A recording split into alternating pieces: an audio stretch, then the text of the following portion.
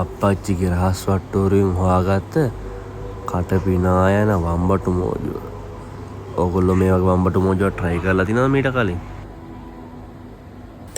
බත් මුට්ටියේ ගෑවන තැන කන්න පුළුවන් තරම් දිව පිනා යන වම්බටු මෝජුවක් මේක.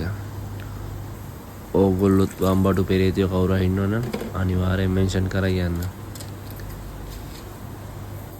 මට කියන්න බැරුව ගියානේ. වම්බටු මෝජුවට වම්බටු බැදගෙන අබ ක්‍රීම්, තක්කාලි සෝස්, එතකොට සීනි, ලුණු, විනාගිරි, රටයිඳි, කරපිංචා, රතු ලුණු, හාල් මැස්සෝ. රතු ලුණුයි අමු මිරිසුයි විනාගිරියකේ බ්ලාන්ච් කරලා ගන්න. ඒතර තමයි රෝස පාට එන්නේ. ඉතින් මේ ටික කලවම් කරලා ගත්තා නම් පංකාදු 5යි. අමතක කරන්න එපා. ඕගොල්ලෝ මේක try කරලා බලලා කමෙන්ට් එකක් දාන් යන්න.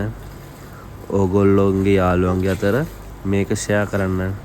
එහෙනම් thank you so much. See you again next video.